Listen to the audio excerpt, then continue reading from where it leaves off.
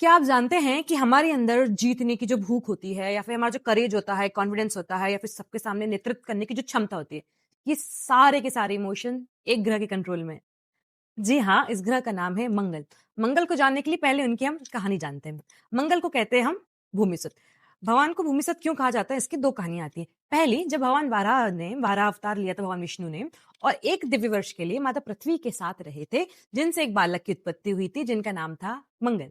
दूसरी कहानी ये आती है कि जब माता सती का जब प्रकरण हुआ था और भगवान शिव ने तप किया था, उनकी एक बूंद धरती पर गिरी थी और उस बूंद से जो ग्रह उत्पन्न हुआ था, उनका नाम था मंगल।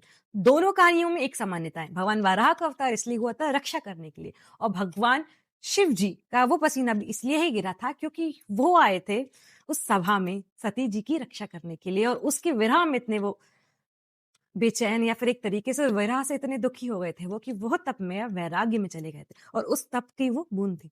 तो एक तरीके से जो मंगल ग्रह है वो रेजोनेट होता है रक्षा से। इसलिए हम देखेंगे कि जो पुलिस वाले होते हैं या आर्मी वाले जो लोग होते हैं, जो हमारे देश के सैनिक होते हैं, मोस्टली उनके 6वें भाव में और 10वें भाव में मंगल ग्रह होता है।